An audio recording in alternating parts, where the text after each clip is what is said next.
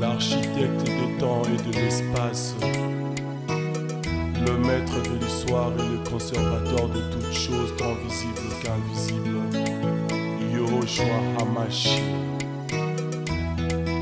Bandeko balanzi ya tokanisa mboka esengo mingi pe mbote mingi na bino bisika banso bozwami bisika bozali bisika bolandaka biso bisika boyebaka bongo na kopesa biso matoi na bino po ete tosolola na bino masolo etali mboka na biso lolenge biso banso toyebi mwa nungu ezali mwa kimi ezali penza te po ete tozali bongo kokabola mawa tozali bongo elongo na bandeko na biso ya este pai wapi nzamba pambola biso mboko yo Kongo kasi munguna alingi kaka kozangisa biso kimia yango biso lisanga ye emission ye tozali bongo elongo na bandeko na biso ya este na yango kati na ndako oyo nazali ngai moko te nazali bongo pena mopaya oyo azali ya kopresente lisusu te na ye elongo toyebaka bongo kosolola masolo etali mboka na biso na ye elongo ayebaka bongo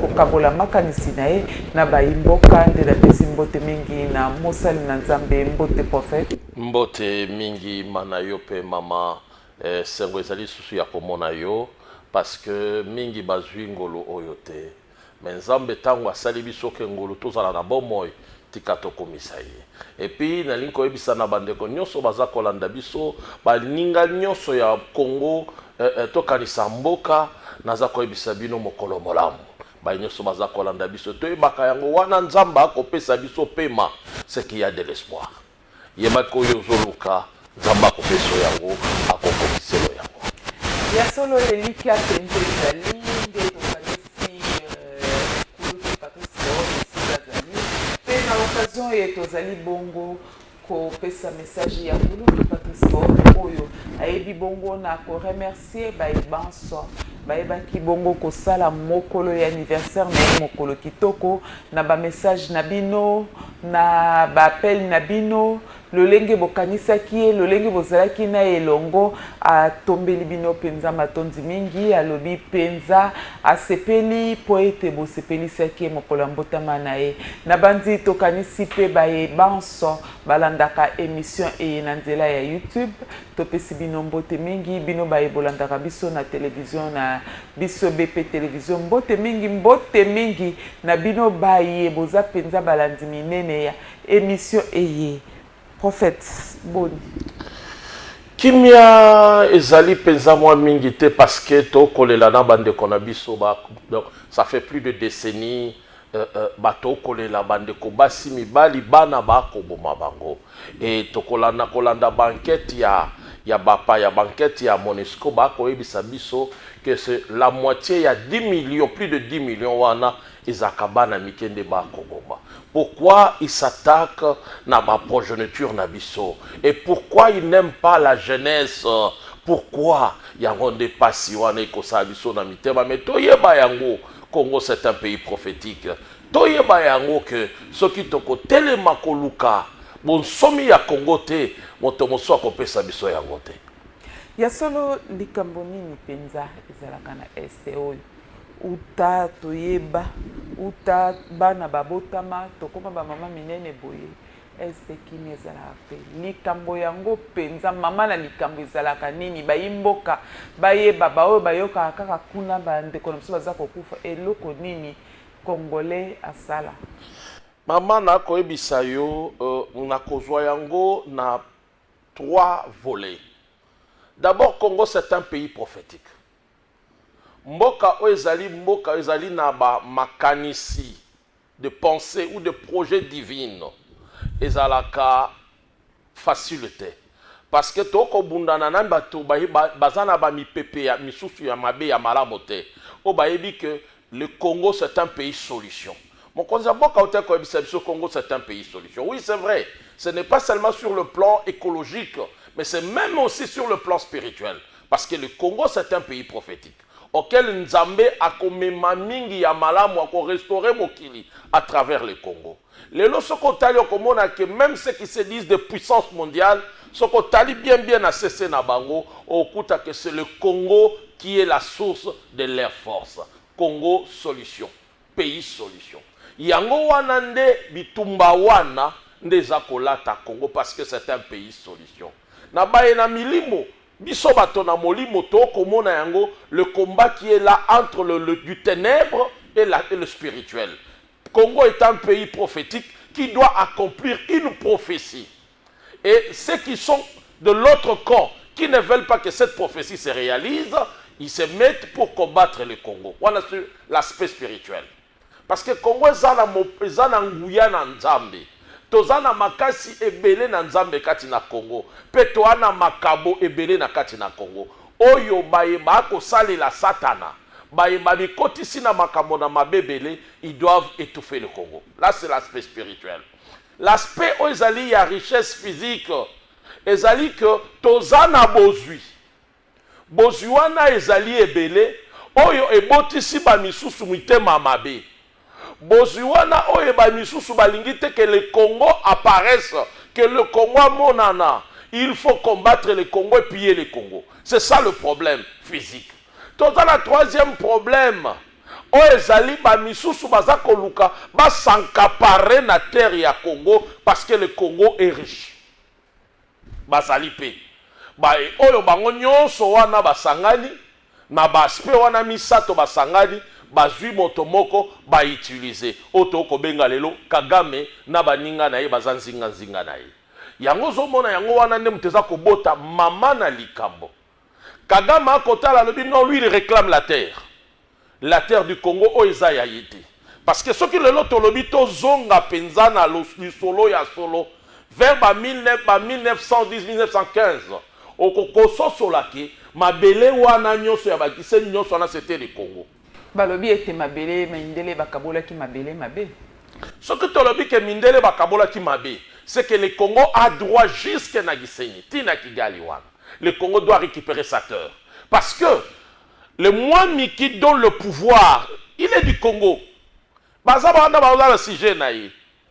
Le comble les osa est que l'isolo moko babotisa l'isolo ya lokuta et pas ina batuti. Parce qu'il faut connaître l'histoire ya imatuti et connaître le lobaza kobenga tuti power. Nde yango zalika mama la likambo. Yango nde mutu bayimboka bayebi l'isolo wana te. Yango nde mutu eza kobota makambo ebele parce que d'abord les Tutsis ne sont pas d'origine ya Rwanda. C'est ce baye koya.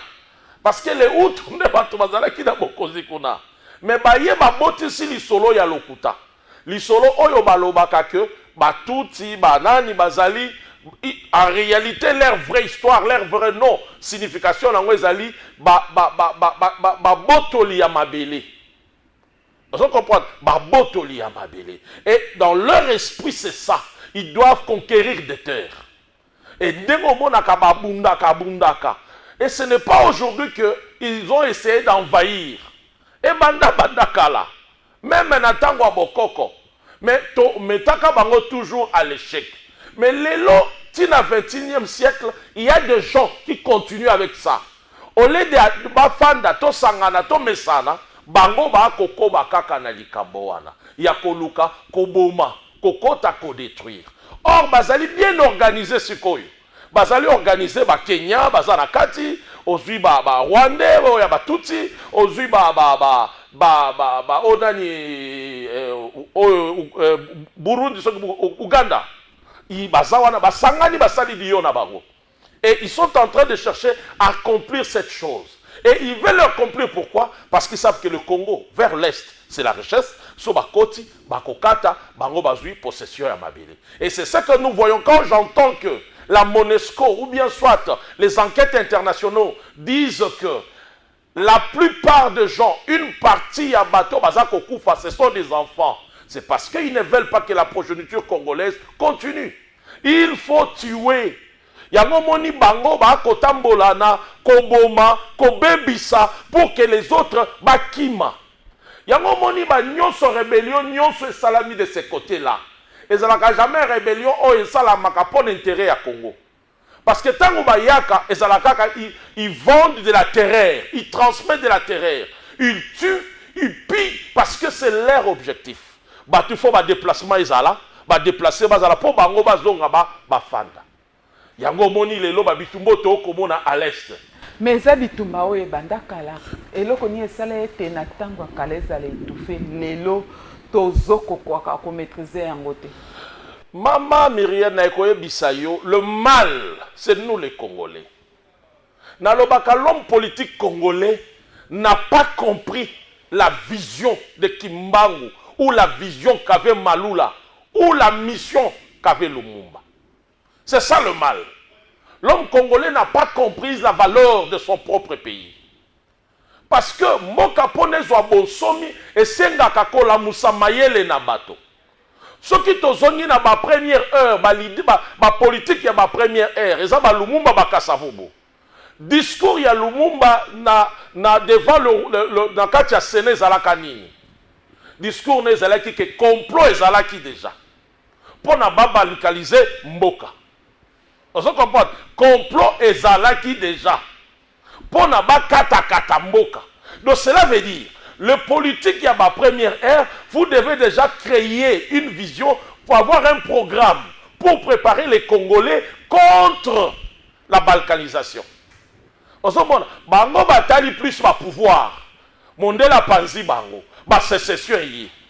Même le monde ba kufi ponani parce qu'alinga ki bokabwanité, alinga ki te Congo ezalaka kabe moko. Sikoyo baye kozwa pouvoir kelasi nini nyonso wana ekotaka na nzela na kelasi po basoba na basosola mboka na bango bayeba o bazana nango bayeba o esengeli babatela. Lelo nous avons le 9 frontières. Oui, ce sont nos frères, mais quelque part sur le plan diplomatique bakoko comme appelle les frères ennemis. Parce que lelo to kokomona comme Rwanda à la frontière na biso. On a combien de fois on a réussi de Rwandais ici? Et puis ce que totali lelo, on a bien dans l'histoire sur les étoiles, on a yango bien que tout yo ba kobenga malelo, je ne suis pas contre. Les makambo ko le kalelo, on a que les Congolais les ont réussi. Les ont réussi comme leurs frères. Parce que ça n'a pas oyo ba kotaka avant 60, oyo ba zwaki nationalité. Pe ça n'a pas oyo ba yaki après, o ba iba vers 71. Bake kosenga na Mobutu bapesa bango nationalité collective. Oyo vers les années 80 comité central et moni yango mabe parce que kopesa bato nationalité collective ndenge nini parce que les loto kolanda ce kolandi les loko yoka les nyamulenge ce sont des choses qui est fabriquées vers 90 quelque par un professeur Gisaro. On se comprend de biloko wana. Or, les Congolais n'ont pas un problème avec les frères. Mais on devrait nous enseigner. Pour nous combattre la mboka na biso, koyeba ke mabelo toza nango ezalaka envier, balukaka bakata kata yango. Donc ce Congolais sengeli ozala ndenge nini. Parce que ce kotali ke makambo nyonso ekoleka lelo, eza dit facilité par d'autres Congolais otokobenga ba traître. Pourquoi? Parce que bazali bien instruité, bazali bien enseigné. C'est ça le problème. Il y a un comment que même le civisme a été ôté. Dans la politique Mobutu ayaki nango. Et c'est difficile au monde à soldat à ça la 3 ans et sikamoko. Ce côté est difficile au monde un fonctionnaire de l'État à ça la 3 ans et sikamoko. Ce kotali lelo komona ke bana ya ba fonctionnaire de balobaka ba langue nyonso. Ba dialecte na biso nyonso. Omona yazo ba Kiswahili, aba Kikongo, aba Kiluba, de fois pe azo ba Kingala, Lingala, azo ba Kingbandi, Kingbaka, Kingombe, Kimongo. Otunye pona ni o papa nanga zalaki. Et ça produisait toujours otokobenga unification. Toko zala moko parce que tango batindi yo vers l'équateur. Ok, ceux qui m'ont recruté qui ont 18 ans. Okokenda na mwasi soit okenda kobala kuna. Tango bali kuna okobota kuna okomi na bana ya bangala. Okolinga te oyoka ke kuna likambo yali parce que oyebi ke ba baza kuna basemeki nanga bana na ngai. Osokomona soki po keneki na mwasi bakopesa yo leki ya mwasi abatela ndeko na ete tango okende kuna bali botiki famille. Quand il y a un problème là-bas, ça, ils ont choqué Yombala parce que tu y es lié. Donc ce sont de tels actes qui devraient toujours continuer pour que tu continues à unifier mboka na biso. Parce que monguna, lelo akolinga apanza biso po yako baka ko profiter kokota po ateka mboka. Est-ce que lelo procédure topé solution moko eko monana ou bien négociation est possible pour ete kimia ezonga tokoki ko négocier pour tout ya kimia pour na kimia batu basolola kakati. Maman Myriel, le Congo n'est pas faible. Le Congo est fort. Mais on nous a endormis. C'est ce que je demande aux Congolais de se réveiller. Le Congolais n'est pas faible. Le Rwanda ne dépasse pas le Congo.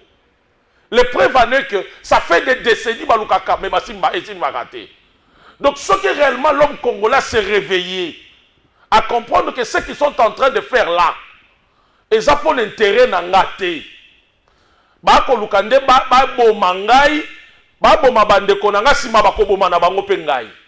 Il faut que les Congolais comprennent ça. Mais il faut que la diplomatie que le chef de l'État est en train de prôner, ça, est agissante. Mais eza kosenga sikoyo na biso ba Congolais, to accompagner yango. To quoi accompagner Congolais quoi accompagner? Par des marches, par des soulèvements patriotiques, pacifiques. Mais maman, esengeli ko kitali susu. Esengeli ko kitali susu. Est-ce que solution? Maman, ce qui te marché de bitumbesili. Kaka marche, marche objectif ya marche za la gagner. C'est l'expression du peuple. Les souverains primaires s'expriment. Il est pour ou il est contre. C'est ça. Mais Mabe Abaimboka, dérapage, ça là toujours na marche. Mabende yango wana. Yango moni Congolais face au sola. Quand on ne sort pas pour casser pied. On sort pour exprimer le ras-le-bol. Si le comportement il y a Union Européenne, si le comportement il y a France, si le comportement il y a Belgique, si le comportement il y a États-Unis, si le comportement il y a Canada, même Australie. Parce que ce que nous vivons aujourd'hui, ces gens-là sont complices. Parce que ce sont eux qui font des enquêtes. Ils savent bien que le Rwanda est en train d'agresser le Congo. Bayebi yango. Nani? Je ne suis pas pour ma pillage. Nakosepela la pillage de maman nangai. Je nakose pillage ya 91 mais mabiso wapi. Dans le chaos, on ne peut pas revendiquer tout en pillant. Non non non non. Ba Congolais, ceux qui marchent zali bo moni mutalingi komeka kopier, bo kangaye bo pesa na la police. Quand on sort, on ne sort pas pour piller. On sort pour exprimer les ras-le-bol. Maman, ils sont plus de 10 millions de Congolais. Rwanda, ceux qui n'ont pas 13 millions. Mais ils occasionné plus de 10 millions de morts. Vous comprenez? Si 10 millions de morts, ils allaient Mboka Mobimba. Congo Brazzaville, ils sont dans les 6 millions. Mais plus de 10 millions, est-ce que vous savez que vous avez la banane? Pour Nanini, est-ce que na Congo, on a un problème avec les Tutsis? Non. Est-ce que na Congo, on a un problème avec les Rwandais? Non. Parce que, totangi na ba Rwandais, tokoli na bango, totaka na problème na bangote. Le problème, tu peux être Congolais, aux une nationalité ou acquérir nationalité, mais tu n'as pas de terre. Et ça n'a pas de problème. L'essentiel est que tu es Congolais. Ndimala qui na Congolais et empêchons les locaux de mon côté. Aujourd'hui, nous avons des frères qui sont des Français, des Belges, des Américains. Mon côté, que non, tu es de quel Jean Mabélé non, il n'a pas besoin de ça. Il a profité de la jouissance nyonso au bapesi américain. Et ça problème à Mabélé. Mais si koyo, bango pe bazos à la tromper, bande konabiso ope bazali awa. Bazos à la tromper parce que ce que Kagame est en train de faire, et ça pour na bangote. Parce qu'il ne bénéficie pas de la richesse du Congo. Vous comprenez? Pour Kagame, Azolu Kaka intérêt ya yemoko. Yango sengeli na bande konabiso nyonso. O baza na Congo. Le Congo a un problème ya motote. Hospitalité au Congolais a un problème à motote. Yango Congolais fa yeba. Voisin na yo a cause à la peine ennemi na yo. Erreur wana totika bakotisela biso bato bakota même na ba famille Congolais na petit cause wa moto baye na ye adopter bokomi ya na biso ekepo bi ya na biso mais ya za objectif na ye mosusu yango moni na lobaka tango nyonso bo revoir programme système éducatif na biso. Il faut apprendre à Congolais à protéger sa terre. Il faut apprendre à Congolais qui sont ses voisins. Il faut apprendre à Congolais histoire na ye. Aye ba ko défendre ya ye parce que ba bazo ya bazo ko sa Congolais. Yango mona ba problème to kutana nango à l'est. Ne pensez pas que les lots et Rosalaka est non. Parce que lobby kuna to na ndenge to kolanda sur le plan écologique. Lobby kuna to ko bundela mai. C'est pour ça qu'il faut apprendre Congolais qui aille combattre la mabélé na été. Bon, la qui valeur ya mabélé na été. Bon, qu'on s'attendre à quoi? Totele ma Congolais si kanyo sozali yo. Boya monguna pembeni na yo. Soko moni ye dénoncer ye kende koye bisa la police, kende koye bisa acquis des droits, ke wa monguna. Veillez sur mboka na yo. Parce qu'en dehors ya mabélé to na mabélé mosusu te. Yango des solutions pour to zo kimia. Maman, eza solution. Parce que ceux qui t'ont veillé dans ma belle la bisote, nous devons veiller sur cette terre. Parce que c'est un héritage. Oyo nzamba pesi biso, batata na biso batikeli biso. Alors ceux qui t'ont kozwa yango, tozo ba combattre yango teza pasi. Yango zo mona ba congolais o bazo sala ba traître. Eza bato yo balongo banité.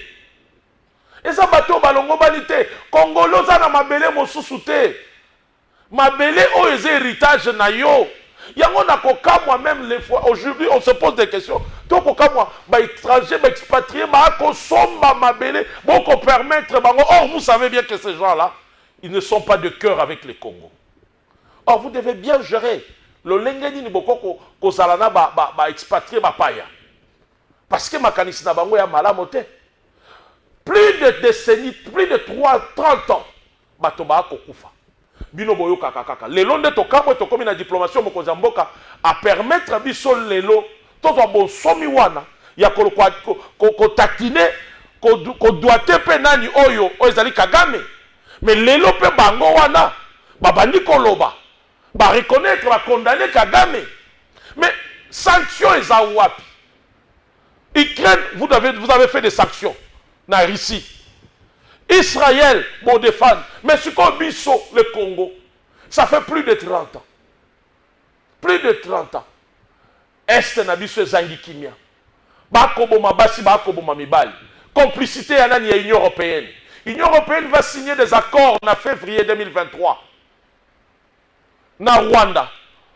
Accord commercial sur le minerai. Au Rwanda, Zalakanangote. Rwanda sort le premier en coltan. Le premier en diamant, en or, Or, pourquoi? C'est parce que l'Union européenne a régularisé, a officialisé que Rwanda yende sikanzela minéré to kozwa. Et aujourd'hui, est-ce que l'Union européenne a malamu na biso? Celui qui donne au Rwanda l'argent, c'est l'Union européenne. Celui qui donne de l'argent na Rwanda, neti Pologne. Pologne a payé Rwanda matériel, matériel n'y a sur ma casse, donc la mort que Rwanda fait à l'est, ezali l'Union européenne doit assister. Yango boni Congolais bi manabalabala te a manifesté mpasi naye wana ras-le-bol naye devant la communauté Union européenne. Parce que vous donnez de l'argent à un meurtrier, vous donnez de l'argent à un assassin. En même temps, vous dites que Bozali va collaborateur, Bozali va privilégié. Il y a neni. Monsieur Nanzambe, Esengeli Pe Kuloba, Kosenga Congolais a tellement à revendiquer. Ezali Malamu Kasi Yoyebi Congolais, Esengeli Kosunga Congolais, Aïbalo Lengeli a revendiqué Badouana. Nyonso wana mama. Est-ce que nyonso wana kaka l'État de Moutoua Salato, ba politique nabiso? Mama. Yabo eza kokamwa komona ke Rwanda akobundisa Congo to mona ka ba politique na biso souvent te ba kotelema. Soki bomoni ba politique ko ba telemela ka Rwanda te souvent. Vous devez savoir qu'ils sont dans le combine. Ils sont dans le combine. Yango passe yango wana parce que quand le Congo n'appartient pas seulement à Félix, notre président de la République, parce qu'il passera. Tozalaka na Mobutu, tozu Laurent Désiré Kabila, tozu Joseph Kabila, lelo tozana Félix. Félix pas koleka, mosusu pas koya. Donc cela veut dire ce qui est l'intérêt à Congo, nous devons adhérer. Lelo Félix a mené une diplomatie agissante. Oh lelo Conseil des Nations Unies reconnaît que Kagame azali Mutuboy. Oh lelo l'Union européenne sait. Mais ça demande soutien. Soutien banane, il y a des leaders d'opinion, des politiques. Ceux qui écoutent tout comme on a battu à théâtre, bah à côté les mains. Ceux qui écoutent tout comme on a des musiciens, bah à côté les mains, bah pasteur, à côté les mains. Et bon, bah politique, bah à côté les mains, parce que esprit, il y a maman et Tony Bango. Mbongo, na bokonzi, yangonde Bango balingi. Bah koki ko défendre te loko amalamu moninga sali, parce que Bango balingi de Bango. Pour nani, parce que ce sont des complices, il y a ba ko bundisa biso. Soki yoko ozana matanga bako luka babomelo mwana ngana akwa assisté au teme na telemi wana mwana wana za ya biso nyonso c'est que ngape na komi complice makambo na komona na ba politique na biso mboka na biso ezo connaître ba problème pona ba politique otoyi na bango parce que la politique n'a pas seulement le rôle ya conquérir pouvoir eza pe na rôle ya instruire parce que c'est lié aussi au civisme c'est lié aussi au patriotisme ce sont des choses ce sont des valeurs qu'il faut retrouver dans le parti politique. Pour défendre l'intérêt à Congo, l'homme passera. L'homme passera. Le parti politique va commis plus que ça, l'intérêt à Bango. Nako ebisayo, kolo alobi na biso boy. Et commis pas mawa, pas si, comme on a le lenge kani, au lieu de zalabomoko, tozaka na kokabwana. Kolo alobi na biso, on ne peut pas servir deux maîtres à la fois. Soit on sert maman, soit on sert Dieu.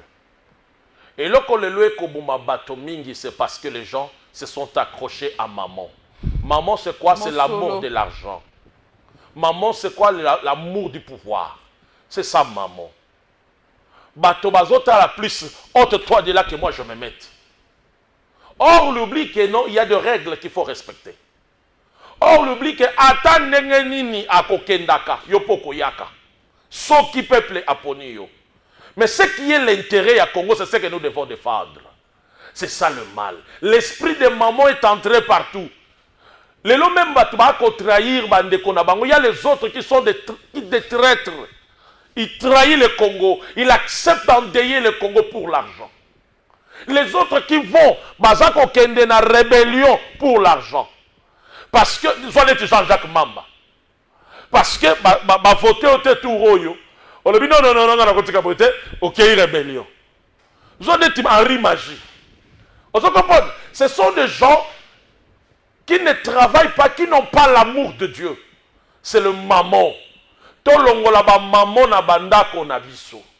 Tolongola maman na ba groupe na biso. Muto azana maman amimona akaka yende. Et memaka l'orgueil.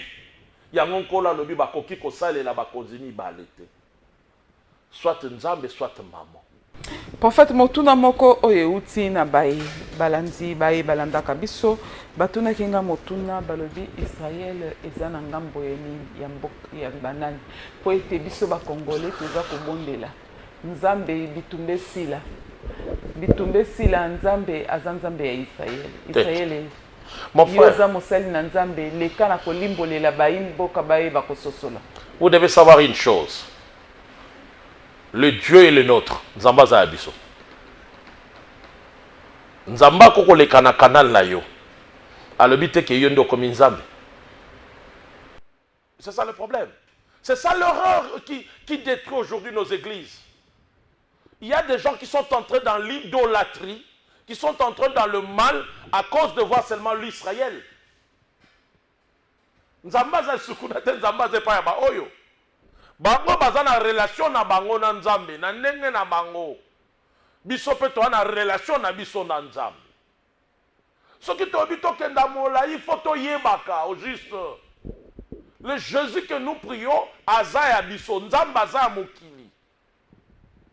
Soki bango bamimoni ke tozana bango bondeko. C'est à eux maintenant de manifester cet amour, cette fraternité. Vous comprenez? N'a qu'obligé mon toté.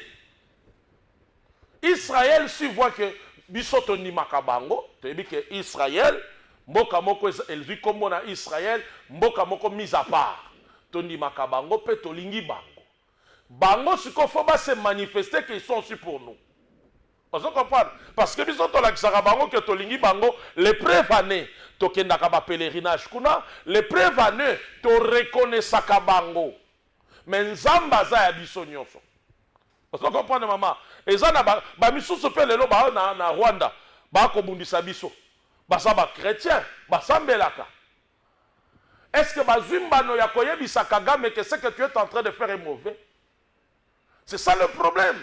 Et comme il kolanda individualité, bo moto ya moto yemo kwela musaye ke oyo eza malamu to imabe.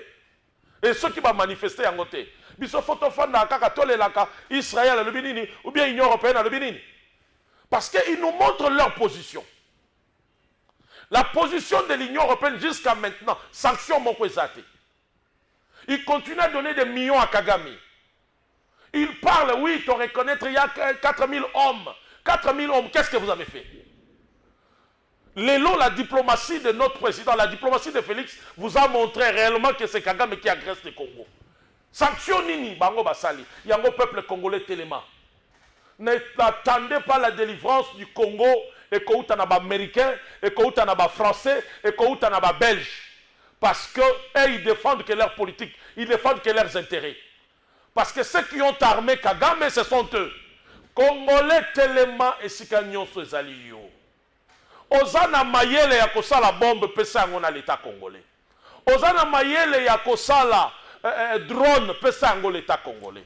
Poète l'état congolais a mis solo te kosala biloko na nyo. Maman na koyebisa même partout ailleurs, même les États-Unis, ce n'est pas seulement l'état américain. Ce sont aussi des particuliers qui font des choses. Sauf que baina bazana kosunga mokonzi ya mboka ba politique ba kosunga mokonzi ya mboka. Bazala malabo pona kotia mbongo na ba recherche scientifique. Maman a salé la kabiso robot roulage. Est-ce que eloko monsieur salama zate? Est-ce que naïsta na tona polytechnique ba salé biso eloko mosusu te? Ba encourager ba biloko ya bongo lorsque nous avons nos propres inventions, c'est avec ça qu'on peut utiliser.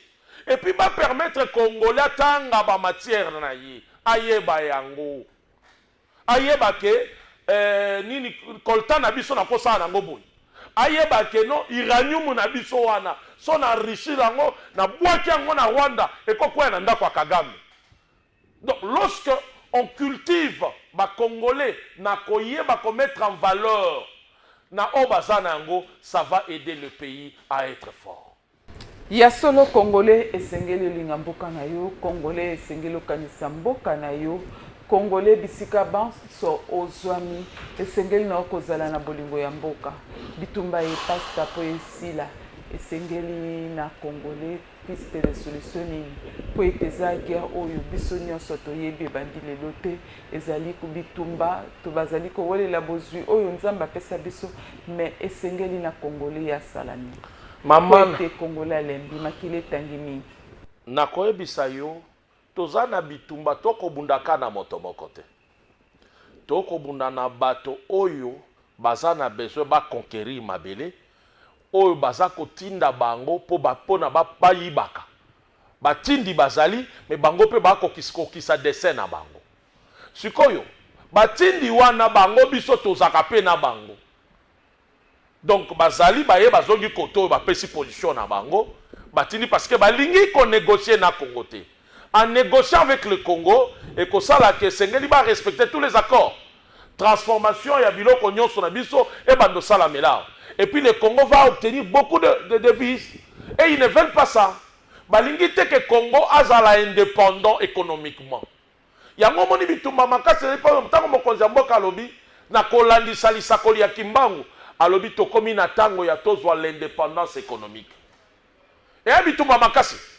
Or eloko wane ko kangola biso makasi parce que on ne peut pas dépendre seulement d'eux.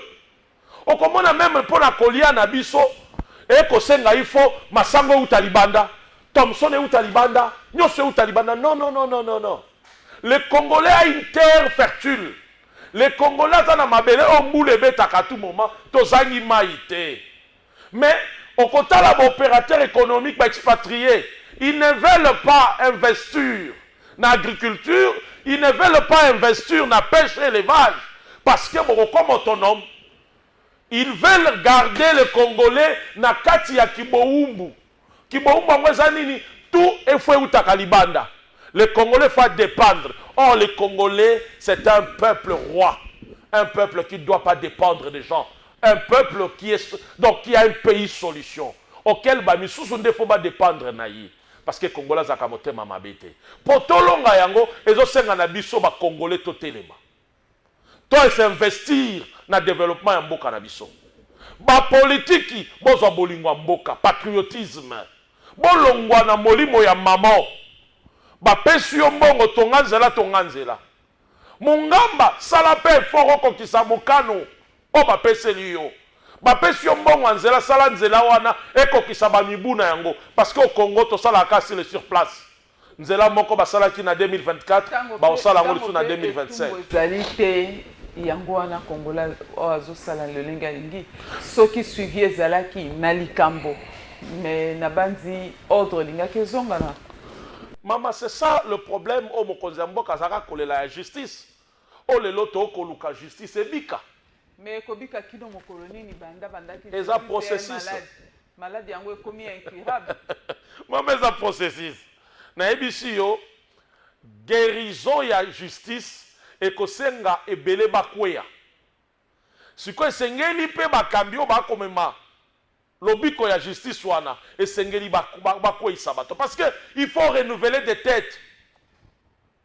Il faut renouveler des têtes. Mutasia mesani na magui na ye, asia mesani na ba détournement na ye, asia mesani na ba corruption na ye, donc c'est pas facile. D'abord il faut koyeba kakota la ba vie ya bato.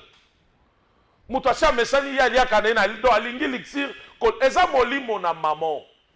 Ils ont amené l'égoïsme au Congolais. Siko pari ya église na nyoso anezani. Mais mama tangu tokoloba pona nini mama Miriel? Tokoloba pona nini? Tangu toyaka na kanisa tokanisa mboka. Obi pourquoi na linga kemission? Mi mission tokoloba te tokanisa moto. Tolobaka tokanisa mboka. Tokanisa mboka. Na adage moko balobaka na kiluba balobaka boye. Vula wakaleja kaloma kwabu. Qui veut dire mbula elakisaka moto epa na bango.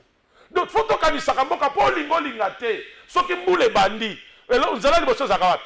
Okanisi pa na yote. Ozonga mbango. Botiko sobo botongi mboka na yote. Soki bateli mboka na yote okoteka yango. Soki bateli mboka na yote ba emission tonganzela malamu. Ba emission pesalo kiriki malamu. Parce que pour qu'il y ait un développement, il faut qu'il y ait du courant. Il faut qu'il y ait de l'eau. Yango moni na senga kana mokonzi ya mboka to réformer système éducatif na biso. Bana na biso bazonga ko apprendre, bayeba le vrai histoire ya Congo. Bayeba le vrai histoire ya Congo. La force de l'homme est liée dans son histoire. La force de l'homme se cache na kati ya ba vérité ya histoire na yi. Congo eza mboka faible te. Que o bakoma kokosa biso lelo. Mundela kutaka biso bakoko na biso bazalaka makasi parce que l'homme blanc a trouvé l'économie au Congo. Il y avait l'argent, il y avait l'armée, il y avait l'administration. Dans une histoire au bakosa biso te. Le peuple a besoin de connaître son vraie histoire. Nenge Lumumba lobi, nenge Kimbangu lobaki, nenge Malula lobaki. Bana na biso bakokoma histoire. Ya solo mosali na nzambe tokomi na suka maloba na yo na bayimboka oyo penza ekopesa kimia na mitema ya Congolais bazali kolela na tango. Mama, eloko na kosenga kana ba Congolais totelema. La diplomatie est forte lorsque le peuple soutient cela. Peuple congolais na pesi bino longonya babimaki sans mot d'ordre. Mais na sepelaki kaka te pona pillage. Baïba boukaki, mais sengote. Ce qui tokobima, tobimaka pacifiquement. Parce que nous revendiquons. On en a marre. Au moment où mon konzi a kokenda ye moko. To mon konzi a tini maman na biso longonya maman ya ministre ya affaires étrangères. Longonya la landa qui va parler na ye na bi longonya na yo. Ba nyonso ba ko sala musala malamu longonya na bango. Au moment où ba kokenda koloba makambo mon konzi mboka akotinda bango. Et sengeli l'opinion internationale a monaka que c'est le peuple congolais qui envoie ça. Et c'est le peuple congolais, non, ils sont en train d'extérioriser la pensée du peuple, du souverain primaire. Ce qu'on va comment on a dit, tant que toi na balabala. Bah mon ibiso pesa potala l'ambassade de France. Tu es ici makami yo ko sa na Kagame tolingi ngote. Et puis tant que on a présenté au Fadi total tout ce qui est du Rwanda, nous devons boycotter ça. Tout ce qui est du Rwanda, tout ce qui est du Kenya, nous devons boycotter. Kobukate. Mais on n'est pas d'accord avec vous. On n'est pas d'accord. Comment on en a dit d'accord, on ne tue plus de 10 millions. Ça fait plus de 30 ans. Monesco Awa, Union Européenne Awa, Italie Awa, France Awa, Belgique Awa, Londres Awa. Et vous le savez bien que nos Kagame tuent des gens au Congo.